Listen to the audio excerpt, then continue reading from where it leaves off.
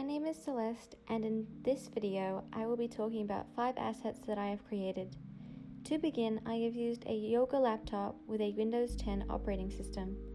My device has a 64-bit operating system and 8GB of available RAM. If you wish to recreate the same assets as I, Photoshop requires a minimum of 8GB of RAM, Blender requires 4GB of RAM, and CoSpaces has no minimum hardware requirements. My first asset is a 360-degree image with custom edits achieved through Photoshop. I decided to use this image of the Louvre in Paris. Then I used the pen tool to trace around an image of the Burj Khalifa in order to eliminate the backdrop. Finally, I modified the color and added 2 cloud pictures to make the structure appear more organic in comparison to its surroundings. Furthermore, I added an image of the Eiffel Tower behind the Louvre and cut it into 2 sections, one seen behind the building and one through the glass. I lowered the opacity in order to achieve this effect. My second asset is another 360-degree image. This time I chose a carnival pier setting during nighttime.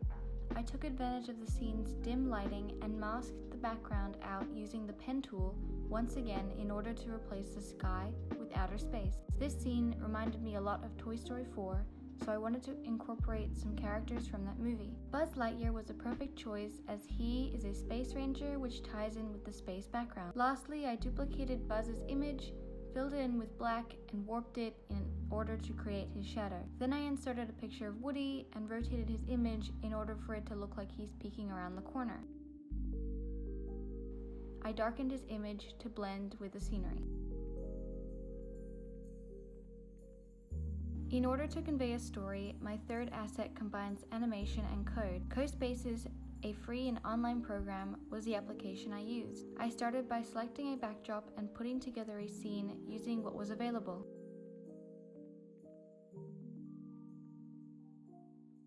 I used a text-to-speech website to produce a dialogue for the characters, which I then imported into the code. My CoSpaces begins with a title card in order to inform the viewer on what they're about to watch. In order to focus on the subjects, I also modified the camera position throughout. In this scene, where the Grinch is talking, sound effects in the background can be heard. A horse can be seen on the Grinch's far left, and if you click on him, he will begin to move forwards. Finally, in the end, I included a multi-choice question.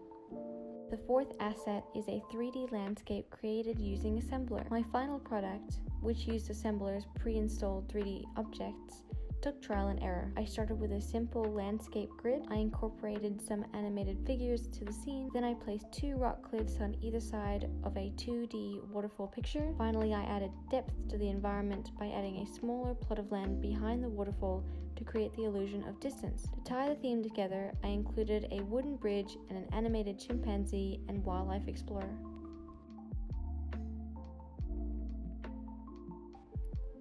My fifth and final asset was a 3D model created using Blender. Since I am not very familiar with the application, I followed a YouTube tutorial on how to make a green meadow. I first created a 3D plane and made it look like hills using the Voronoi texture and flipping it. Then I added a background in my world using the pre-made sky and adjusting the value. Finally, I downloaded a grass 3D model and put it to the side. I created grass particles and tweaked settings such as random displacement. I linked my grass model to the particles and successfully created a 3D meadow as seen in this final render.